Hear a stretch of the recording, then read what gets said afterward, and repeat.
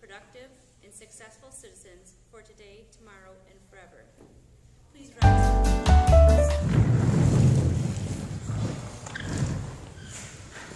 I pledge allegiance to the flag of the United States of America and to the republic for which it stands, one nation, under God, indivisible, with liberty and justice for all.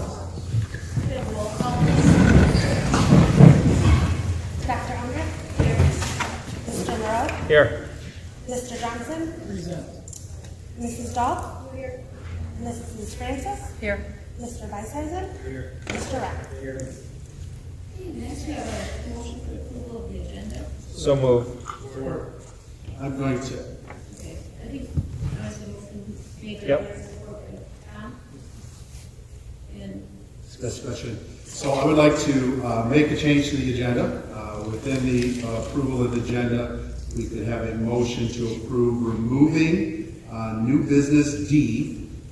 New business D being the consideration of casting votes at the 2021 MASB Delegate Assembly.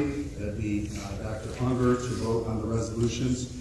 There is going to be an additional board meeting prior to that delegate assembly. They have not given us those resolutions yet. And although we, at this point in time, we're going to just say to Dr. Unger to vote on those, we'd like to have those in front of us at the next meeting. Being that November 1st is a Monday, the second Monday is actually November 8th, with the delegate assembly being on November 11th. So I would like to have that removed, along with a new agenda item, number 9, which would be a closed session, which would be attorney-client privilege, that would be added to the end of the new business, or as a number 9, as a closed session. And then 10 would be adjourned, correct. Approve. Motion?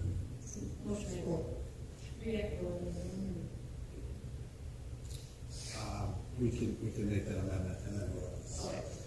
okay, so motion made by Blair. Tom, all those in favor? Yes. Any opposed? Motion carries. Item 5 is to approve the consent agenda as presented. Motion made by Tom. Support. Support by Blair. Discussion. All those in favor? Yes. Any opposed? Motion carries.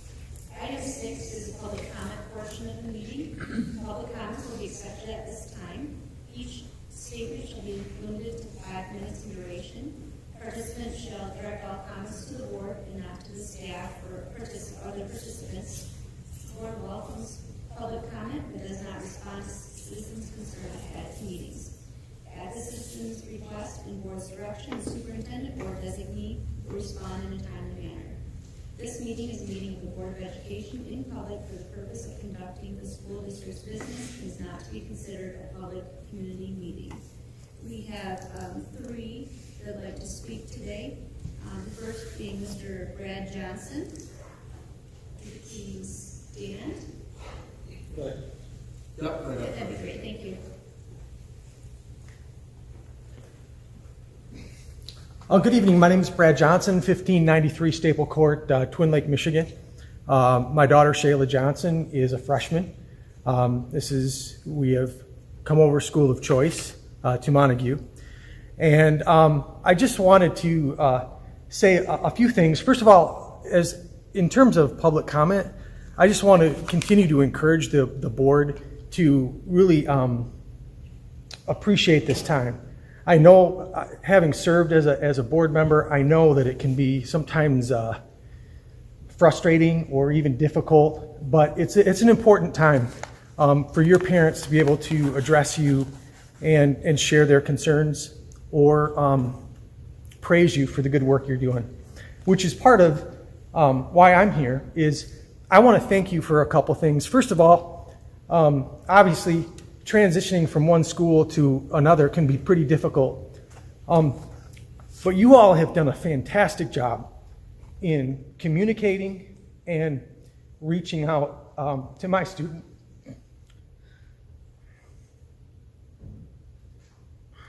So I have really appreciated the the emails regarding what your intent is to do with masking and then sticking to that. That's been really important. The email that came out with regards to TikTok, informing parents that that's a concern, was really good to hear. And Mr. Hansen's weekly email, it's just great as a parent to be able to know what's going on in the schools and to encourage your students. You know, one of the things that as we were transitioning, we found ourselves asking the question, why would we leave one school and go to another school? And so we allowed Shayla to come over and tour Montague. And she was extremely impressed with your facilities and with the people she met, especially when she walked into the FFA portion. She was blown away and felt welcome immediately. So I just want to thank you. Please keep up the good work you're doing. I appreciate it. I know other parents appreciate it. And more importantly, your students appreciate it. Thank you. Thank you. Next is Jane Silvers.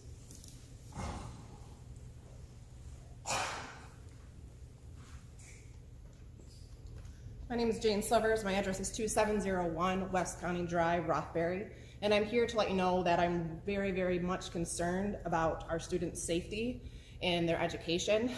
On Friday, October 1st, my daughter called to let me know that she was on her way home. She was sent home from school because she was identified as a close contact. Sending minors home in the middle of an afternoon is not safe. I was not contacted by the school. They simply told her to go home and that she had to be gone for 7 to 10 days. Once again, that is not safe to send minors home in the middle of the afternoon. Luckily, my daughter is responsible and went home without going out and doing other things. She could have very well have done that on a very beautiful Friday afternoon.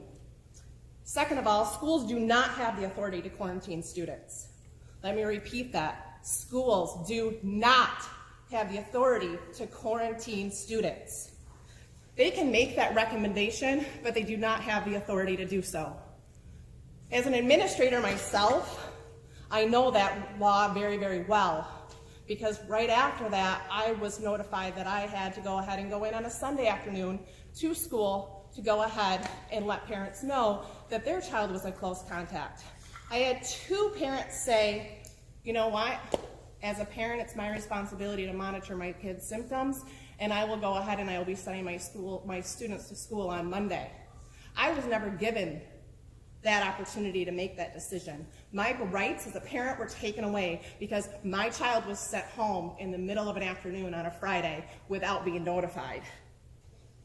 Third, Mr. Hansen, the school principal, asked for vaccination status. This also is not allowed. Doctor's offices actually have to ask adults, may I ask you what your vaccination status is? But no, he thought it was okay to go ahead and ask a minor what her vaccination status was. Fourth, Mr. Hansen finally contacted me after my daughter had traveled all the way home to say that she had to go ahead and be out for 7 to 10 days, that she couldn't come back until Friday. The following Friday. So Thursday afternoon, even though she's not allowed to be in school, I get an email saying that my daughter has an unexcused absence. When my daughter would have been there all day on that Friday, she would have been there Monday, she would have been there Tuesday, she would have been there Thursday. You didn't have school on Friday. But no, she was sent home without contacting me. 6, the school is not going ahead and living up to what is stated in her IEP. You have a right to educate my child, and you are not doing so as a school district. As of tomorrow, she has 1 test and 2 quizzes that she's not prepared for. Why? Because she was sent home. So now my daughter is trying to go ahead and catch up when she should have been in school. Once again, it's not safe to send minors home. 2, you do not have the authority to do so. And 3, your job is to educate these students, and you have failed as a school district.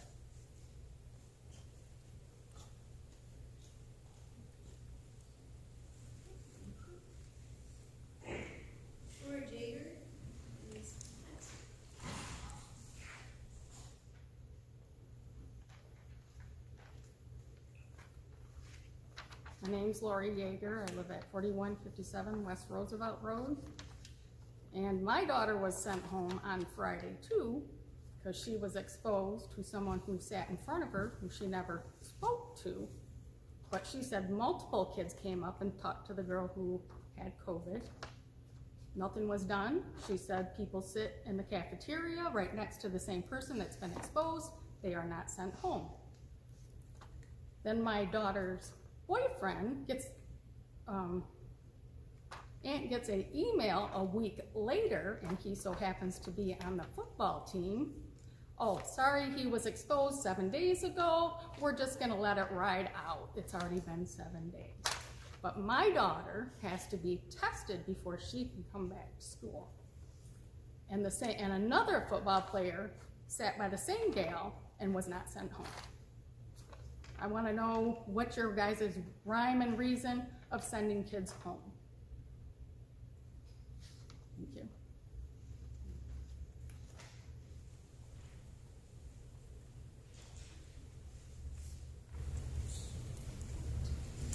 Item 7, reports.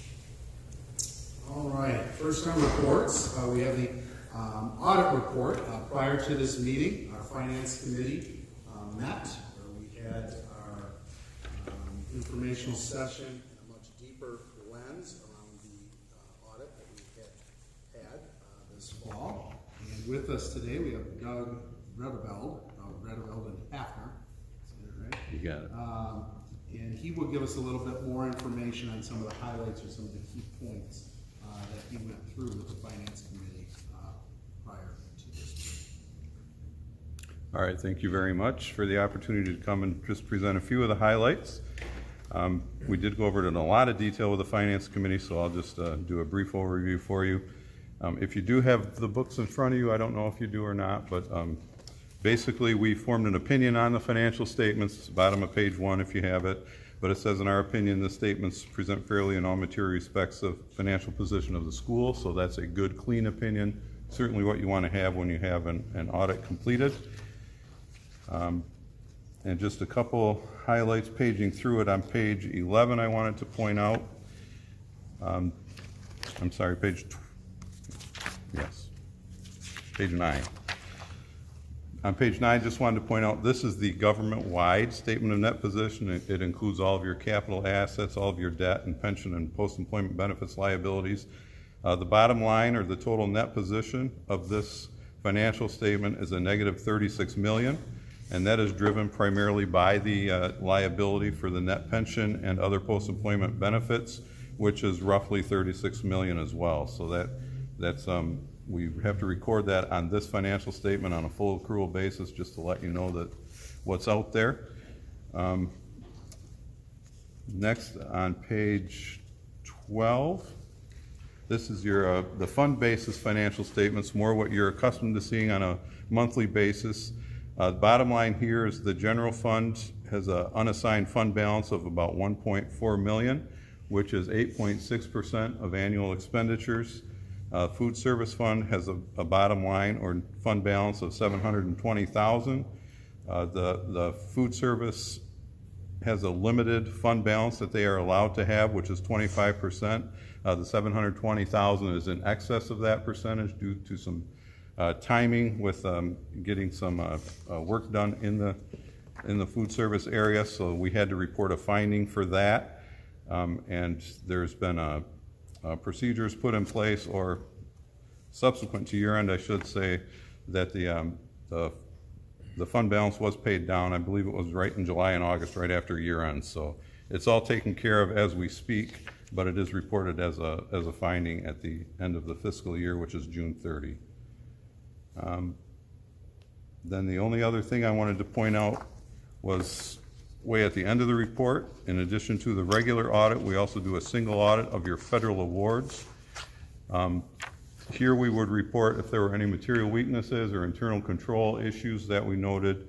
There were none to report. Stacy, your business manager, has done a terrific job in keeping things well documented and good internal controls.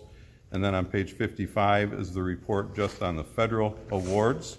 Again, that's a clean opinion. There was no negative items to report. And then on page 60, right at the bottom of that page, very end of the report, is where we reported the finding that we had to report for the excessive fund balance in the food service fund. Those are my highlights. If there's anything else or any questions or anything else you'd like me to add. So just to know, obviously, in a budgetary time where we had many unknowns going into the COVID year, we had approved a budget that was substantially in deficit, at a tune of $928,000 when we first had started, with many unknowns that we felt like it would definitely increase off of that. As we amended throughout the year, we found ourselves through some of the federal dollars and different things, looking at a deficit of $264,000. This would all be on page 41. Yep. $1,000 in that, which the actual amount ended up to be a positive $281,000. Obviously, we always want to make sure that we are doing our best to stay close to the budget. This obviously is in a positive right, which is a good thing. Some of these had to do to surplus and supply issues that we were trying to do some projects and different things. There was $586,000 out there that we were planning to spend prior to June 30 that will now be rolled over. This would create a 13.47% fund balance, but obviously with some of that rollover, we're looking closer to 8.6 to 9% of useful dollars for the future. Stacy, anything else you would like to add? I'd like to give Stacy Brown, Finance Director, kudos for her first full financial audit. Did an outstanding job.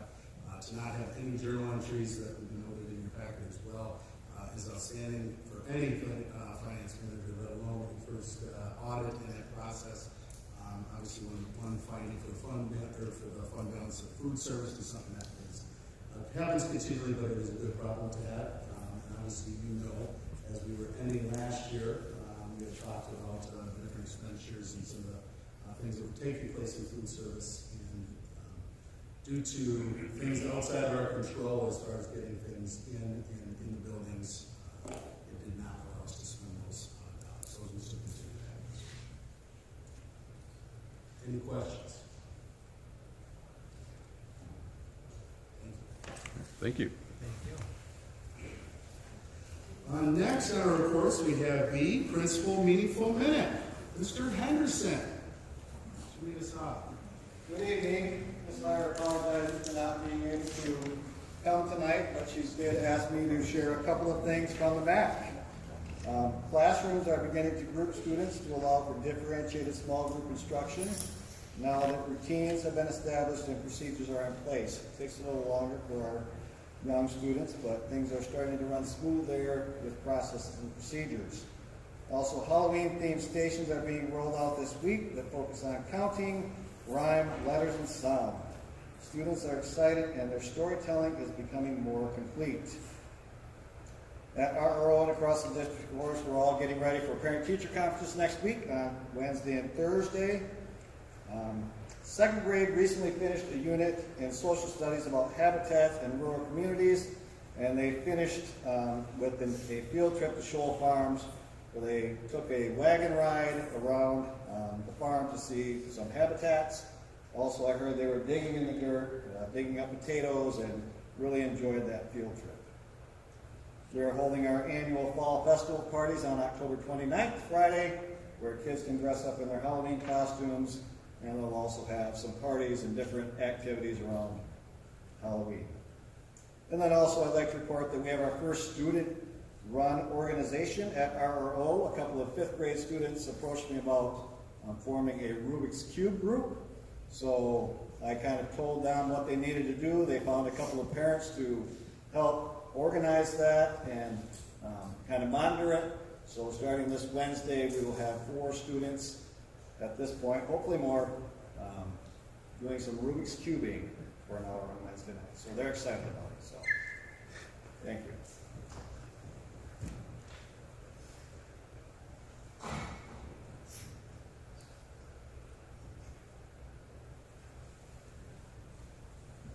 So at NBC, we just wrapped up our NWEA testing. We'll get some data out to you soon once we get everything closed up.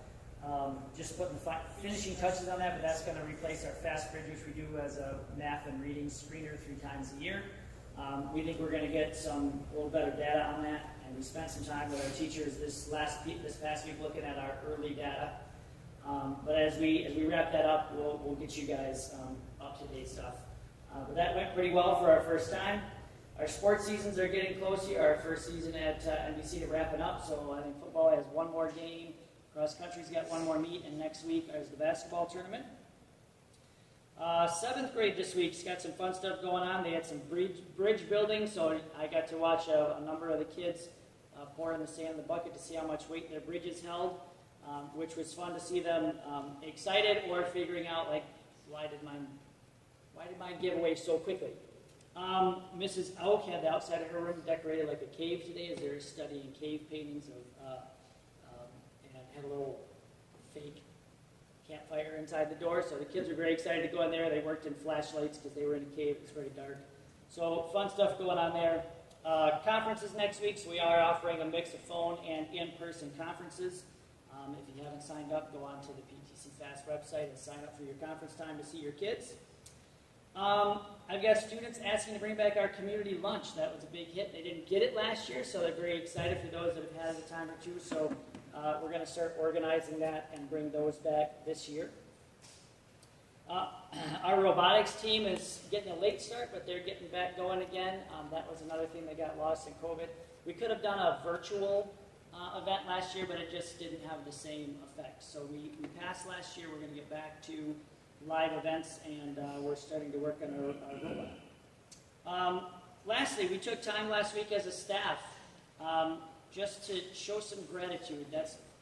Showing gratitude is proven it helps you feel better too. So we took some time, and all the teachers picked 4 or 5 students, and they wrote some notes to the students about why they are glad that you are in my class, and they handed them out this morning. So lots of smiles around while many of those went out and about. And we're going to start to make that a regular part of our monthly meetings, writing those to a few students each month and handing those out. Thanks.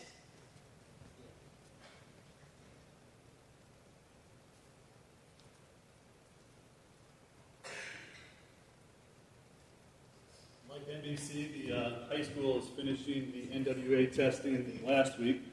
This week, kids will be happy, I think, when we finally finish up. We're doing the PSAT 8 and 9, the PSAT NMSQT, which is the National Merit Qualifying Test, National Merit Scholarship Qualifying Test, and also the SAT. That all happened Wednesday. We'll have pep assemblies and stuff in the afternoon to kind of have a little break from all that testing, finally wrapping all that up. Sports seasons are starting to kind of hit their tournament times and kind of get into those strides. We've got the golf team heading to the state championship this weekend. The equestrian club/team or whatever also heading to a state championship. Soccer district start this week, so we're kind of starting to get into that mode. Parent-teacher conferences also coming up Wednesday at the high school will be phone conferences. Thursday will be in-person conferences. We have some college week activities going on this week. I'll fire up chips. So during this week, we'll be passing out more information. Teachers will be having conversations with college opportunities. Some of that will culminate with a door decorating competition on Friday. We're kind of celebrating all different college opportunities, kind of pushing, promoting that. This is College Awareness Month, and the FAFSA forms are out and available for parents to start filling out now, thinking about scholarship or financial aid for next year. There's something that Jim finished up. The Happy Grants. You might be getting some postcards also in the mail from your high school teachers. If you've got high school students, that we spent some time at the staff meetings also sending out our little postcards we call Happy Grams of, hey, here's things that your kids are doing excellent in the classroom. Continue, nice job. Thank you.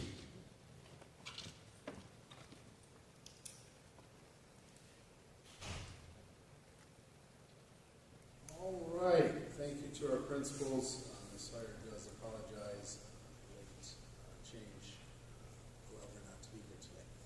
Next, we have C with Mrs. Feuerstein and the FFA calendar and yearly events and our students.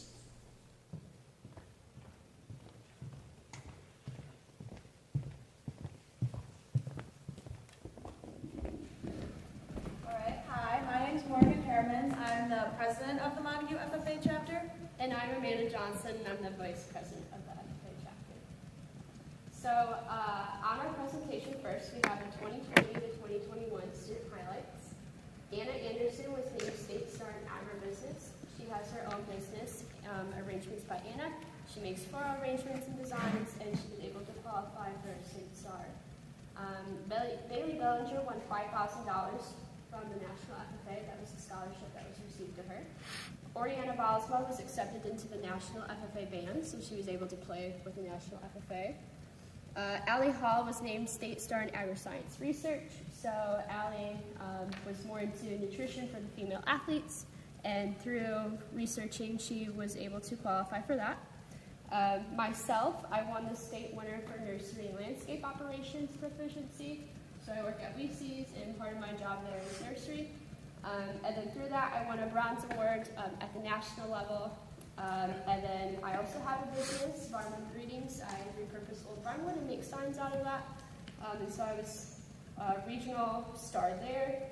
And then also just last week, I was able to compete for a state level ag education contest. So I spoke about the FFA emblem and taught kids about that.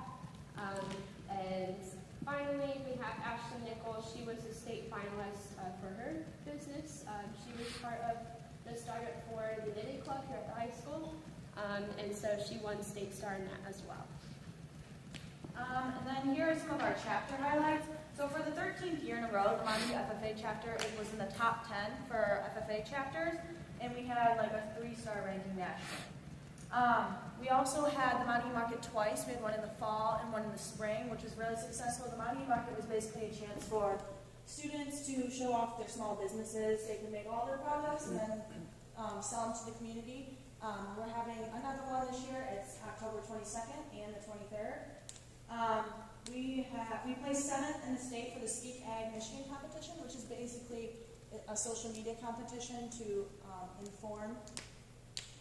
The Green Hand Conduct of Meetings team finished 2nd in the state for their competition.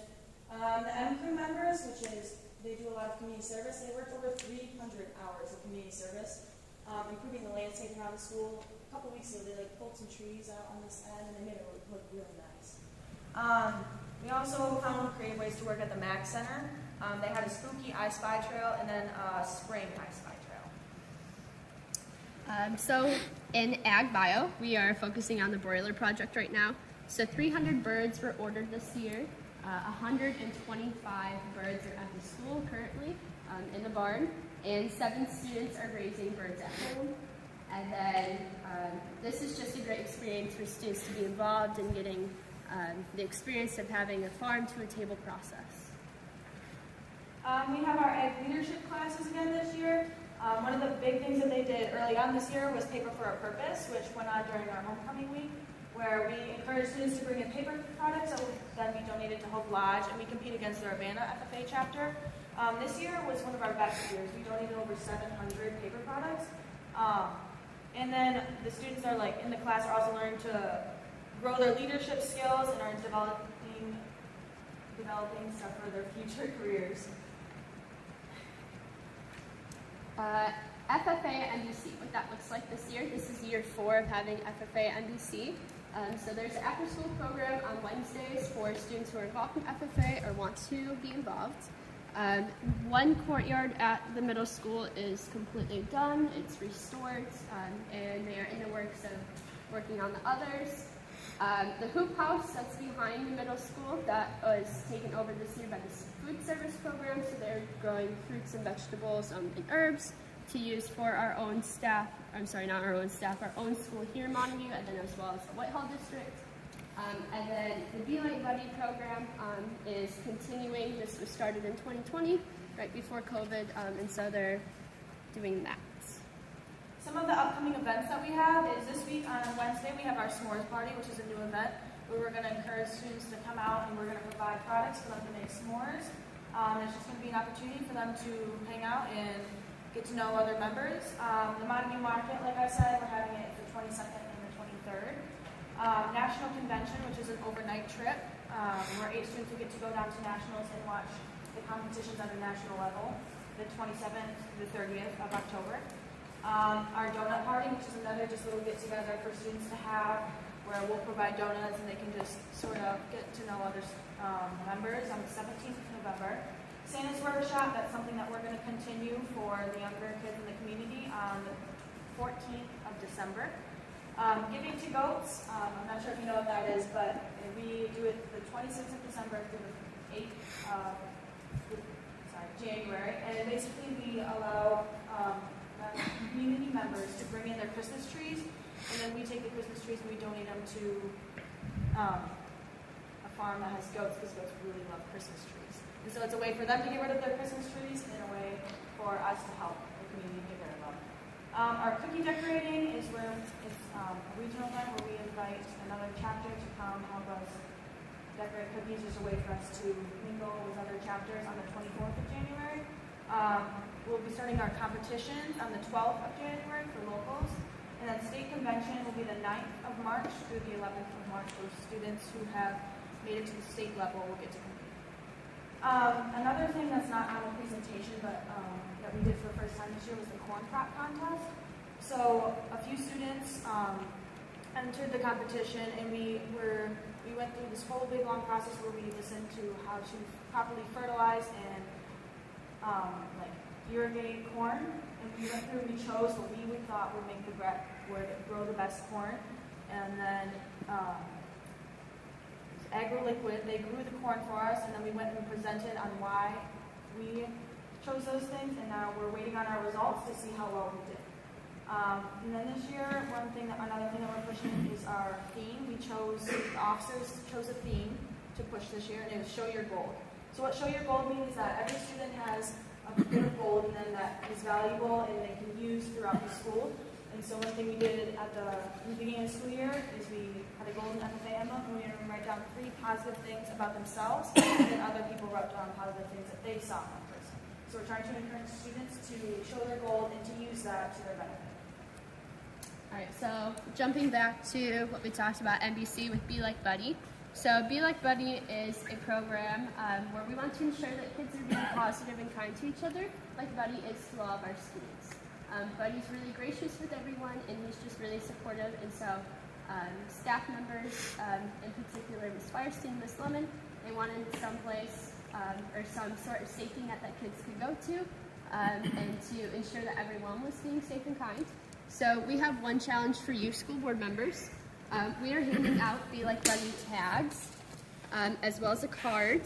And so when teachers are given these, they're asked to give them to one student and then fill out a card explaining why they are being like Buddy. So we are asking you guys as school board members to do the same. Find someone on the staff or some student that you know, and to fill out the card and give them a Be Like Buddy tag. All right, and that's all we got for you guys. Thank you. Thank you.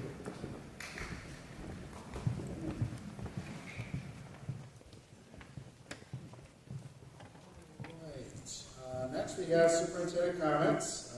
In the packet, you saw new hire support staff Craig Hellman as a district custodian. He is taking on a different role for a lot of our event cleanup, so he will be here more in a third shift role more often than the second shift role that we had previously. Works in a schedule. Sometimes it is also early mornings, depending on schedules, but it will allow for really a lot of the event cleanups that has been hard for us to get through with the many events that we have here in the district, like, for instance, basketball, volleyball, indoor events during the winter season, but then also outside with soccer games, football games, to clean the bleachers, especially when there are other events coming in on Saturday. So we'd like to welcome him. Also, Paula Smith, high school cook aide. She has previous food service experience within the area. And then you also see 2 additional hires, Kelly Lee and Robin Brown, but then also are under the resignations of well, and those were individuals that we hired on, and it just turned out not to be the right fit for them, and they thank us for the opportunity to work here in the district, but the position was not what they thought it would be. Moving on to other superintendent comments. You heard the principals talking a lot about the beginning of the year assessments with the NWEA and some of the PSAT, SAT work at the high school. This will be the baseline data for our 2021-22 school year. We have now received the spring MSTEP, PSAT and SAT. So our building levels are breaking down that data right now in their processes, in their groups, and in their professional developments. Some of the highlights, and I will have spreadsheets and things for you put in your Friday update, but some of the highlights really we're seeing as far as our elementary around the math proficiency was an area that we worked on, had additional supports and coaching around, and we saw dramatic improvements in our 3rd, 4th, and 5th grade math proficiency scores. So it was nice to see that the work that was being put in, it was the new curriculum that we had approved previously as well, and we're starting to see that take fruition. Also then at the secondary level around ELA, as far as our 8th, 9th, and 10th grade ELA scores, saw an improvement as well in that process as well, and that was part of the process of those students moving forward. So really the areas that we have worked towards making sure that we were going to improve, we saw those improvements. Now the trick is some of our weakness areas is making sure that that continues on through their journey as well. So now seeing that start at the earliest levels around the ELA, and then making sure that those math proficiency scores continue to move on. You'll also see in your Friday update some proficiency scores around our special ed students and our at-risk students to show some area and strengths and weaknesses in those as well, along as a sequence throughout. Now, this is a gap, obviously, through the spring of 2020, the first bout of COVID-19 there, where we did not take any assessments, so we are comparing things from 2 years ago in some of our assessments. As far as those MSTEP scores on the ELA and mathematics, we fare well within those in the county, actually above most of those in the county, but then at the state level, we are there slightly below or slightly above around state averages. Moving on, as far as our webpage and our COVID data, we have had 22 positive cases, which has created 70 close contact quarantines here within the school district throughout the school year thus far. Congratulations to our regional golf championship for our girls golf. This is their back-to-back regional girls golf championship. They will be competing in the state championship again to defend their state championship title. There are also many of other end of the season tournaments starting to begin and amongst all our sports that are taking place this fall, including the cross country, girls volleyball, boys soccer, and girls golf, sideline cheer, and football. Thank you. And then special ed village, I am a part of a committee of superintendents and business managers that is continuing to look at a special ed village throughout the county. I mentioned that briefly.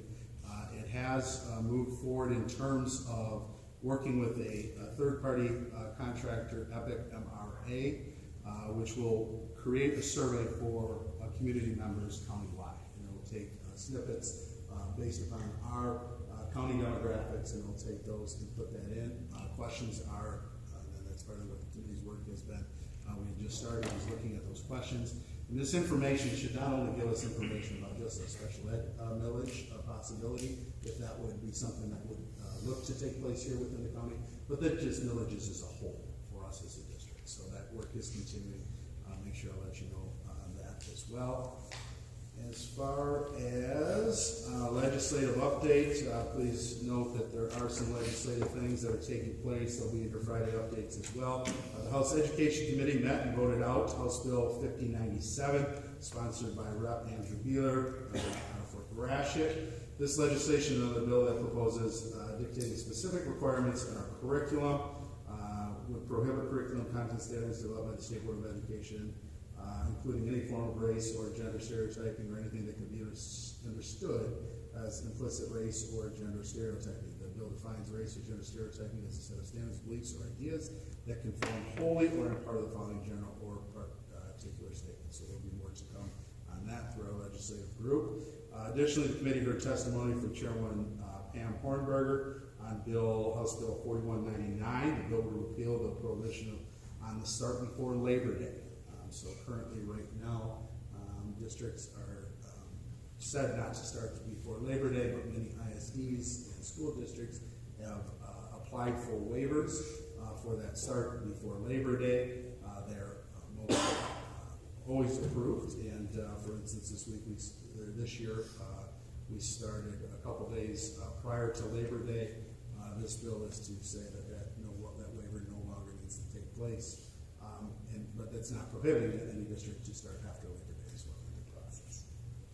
The House Judiciary Committee voted out House Bill 4854 that requires new training materials for the mandatory reporters. So mandatory reporters. House Bill 4854 is a portion of the package that pertains to K-12 employees. If passed, the new training materials will be developed by DHHS. The materials will be made available on the website, and we would take that as part of our starting year training protocols that will take place as well. In the Senate, Senate Bill 644 by Wayne Schmidt of Traverse City would allow for eligible pupils to be counted in attendance if participating in virtual learning as required to quarantine pursuant to an order issued by a local health department. This is some flexibility as far as attendance is concerned. Obviously, within a district, you have to have 75% of pupils in attendance in order for the date to count. So with some of the questions around individuals testing positive for COVID-19 and close contacts that could take place, this would allow for flexibility in that work. Both the bill sponsor and the chairwoman indicated that they have become aware of slight changes that need to be made to Senate Bill 634 and the other sections of the School Aid Act that would need to be amended. Senate Bill 644 only makes changes to a single section of the School Aid Act. So thus, the Senate introduced 664, which would be a new section that would allow it to take place within it. And legislative updates, that is it for superintendent comments. Thank you. Item 8 is new business. A is consideration of approving the 2021 financial audit as presented. Support. Motion made by Scott, support by Blair. Any discussion? Obviously, you heard Doug present to us. It was presented to the Finance Committee prior to the meeting as well. We had a very clean audit, and we were excited about the gains that did take place financially throughout the district this year with having additional staffing as well. Obviously, we hope to do so again this year and continue to have a great financial audit moving forward. And once again, thank you to Stacey Brown, our Finance Director, for all of her great work with that. All those in favor? Yes. Any opposed? Motion carries. Item B is consideration to approve the annual summer tax resolution as presented. Support. Made by Scott, support by Tom. Discussion? So this is our annual authorization for the annual summer tax resolution. Obviously, this is for the city of Montague and White River Township and the collection of the summer taxes. This is, the document is written up, legal interpretation by True. Any other discussion? All those in favor? Yes. Any opposed? Motion carries. Item C is consideration to approve the agreements for the collection of summer taxes for White River Township and the city of Montague. Support. Motion made by Scott, support by Tom. Discussion? So this is the agreed upon between Montague Public Schools and White River Township. Obviously, this is for the tax. The previous one was for the tax resolution. This is the actual agreement that both White River and City of Montague would individually sign. All those in favor? Yes. Any opposed? Motion carries. Item D is now consideration to approve the FFA calendar of events as presented. Support. Motion made by Scott, support by Blair. Discussion? So obviously we heard from our presenters. Is it not Blair? Oh, okay, sorry. Sorry. So you heard from our presenters. Great job to them. Job well done in their presentation. Not only what took place last year, but then what is moving forward. Kudos not only to those students, but all the students from last year and this year's students as well, and to our Ag and FFA teachers that continue to put out a high caliber product. I can confidently say that we are a top FFA Ag school within the state of Michigan, and that's an extreme honor, and I think it's a credit to not only our students, but our teachers as well. And thank you, Ms. Firestein, for that. I personally will put it out there, personally not necessarily as a district, but I believe we are the best FFA program and compete at the national level, which I think is extremely valuable in that. Yeah. So thank you to them and their calendar events. Any other discussion? All those in favor? Yes. Any opposed? Motion carries. Item E is consideration to approve the DECA calendar of events as presented. Support. Motion made by Scott, So- support by Tom. Discussion.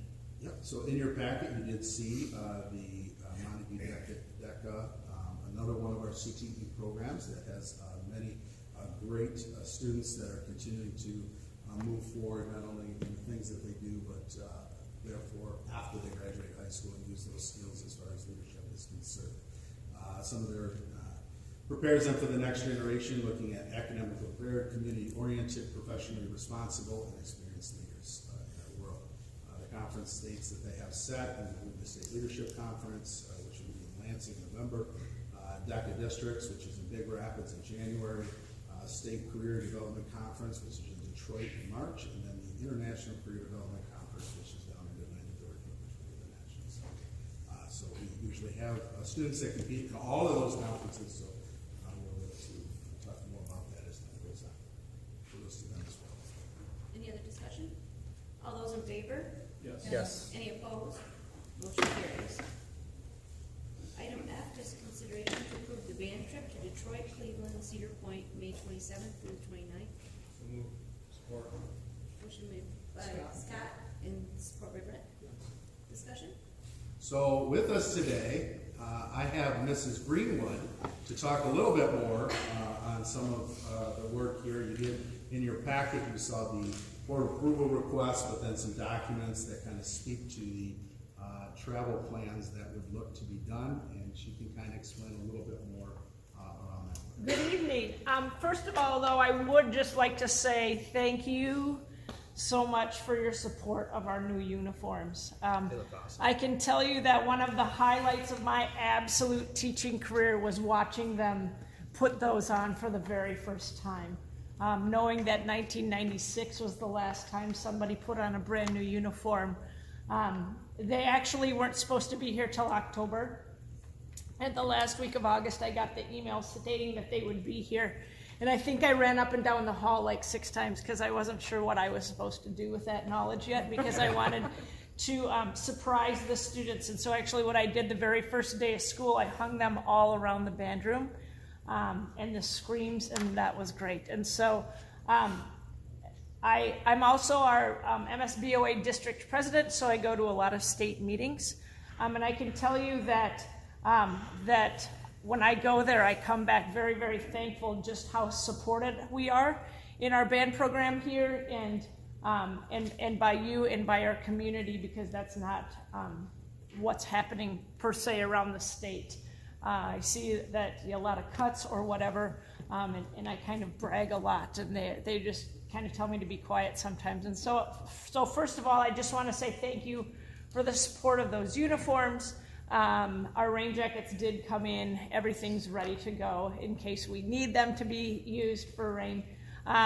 We've already had our first rip in one. We've already had our first spill of ketchup on one. So they've lost the new car feel a little bit already, but they are wonderful, and so thank you for that.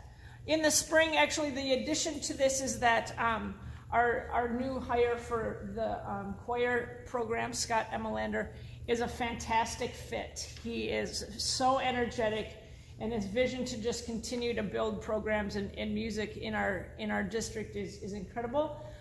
We've decided to collaborate, and the choir also is involved in our trip in the spring.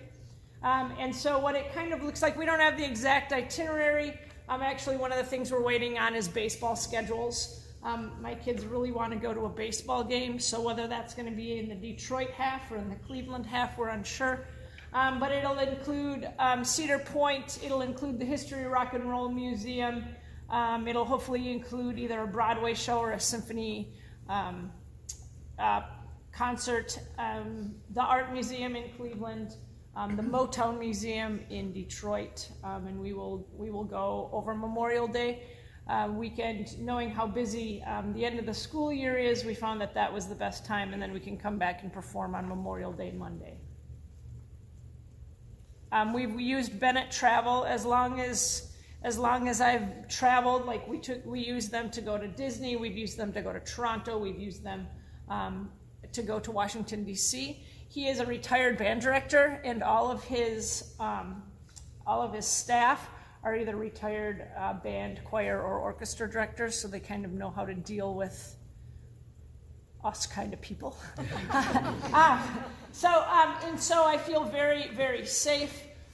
They troubleshoot any sort of things. One of the things that I like about their companies is they hire security guards in the evening, and so at 10 o'clock at night, a security guard shows up, and he walks the halls at night, and at 4:30 in the morning, I get a piece of paper underneath my door that says, room 223 went to the vending machines at 1 a.m. and I had to tell such and such to be quiet, and so I feel safe that way. And he picks top-notch hotels, and he's been doing this for a long time. So I'm excited to be able to travel again. I find it just such an amazing experience for kids to go and see things that maybe they wouldn't any other time. And so also to watch them grow, watch them interact, watch them get dressed up and go out to eat at a nice restaurant is just great life learning lessons for them all. So, any questions? As I get the itinerary set out, more in specific, I will pass that along to you as well. Thank you so much. Yep. I did have a question. Oh, sorry.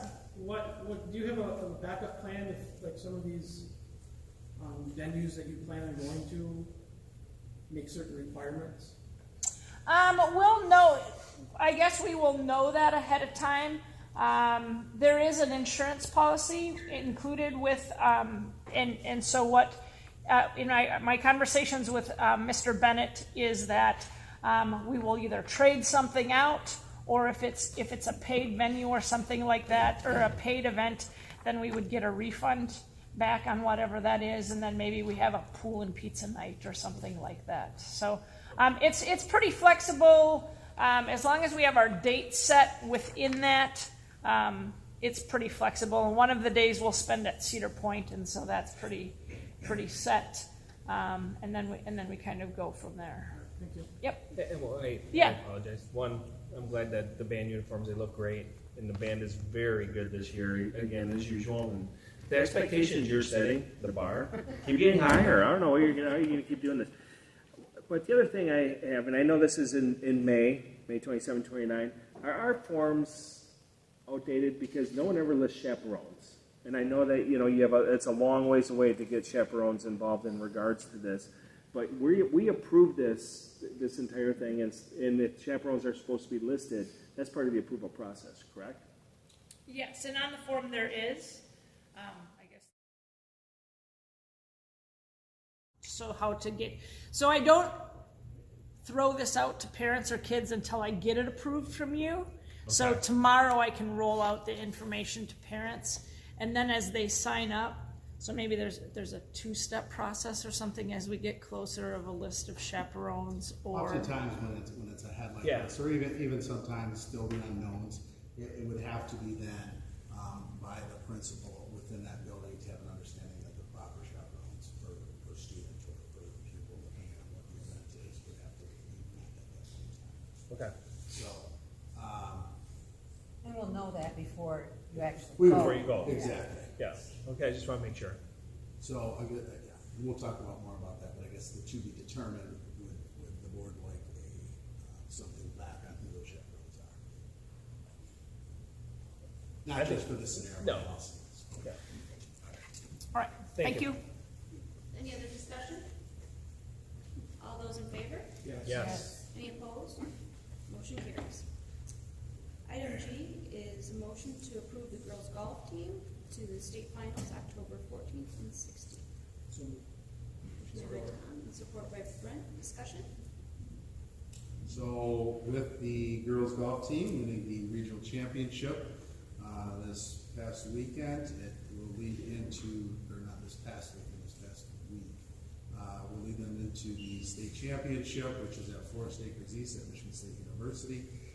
They will need to have an overnight stay of 2 nights, the 14th and 15th, leading hopefully with the state championship on the 16th. In this case scenario, I guess to the point of chaperones, due to the number of adults that are there, that would be enough for the supervision of the 6 days process.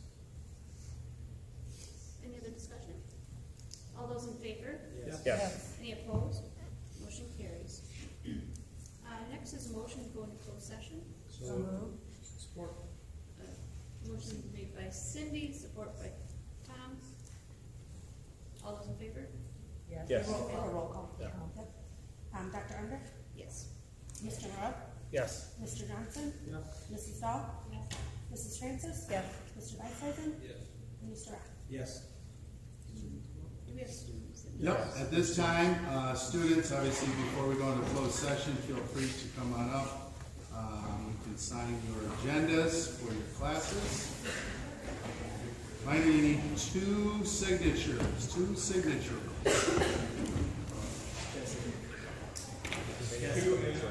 Yes.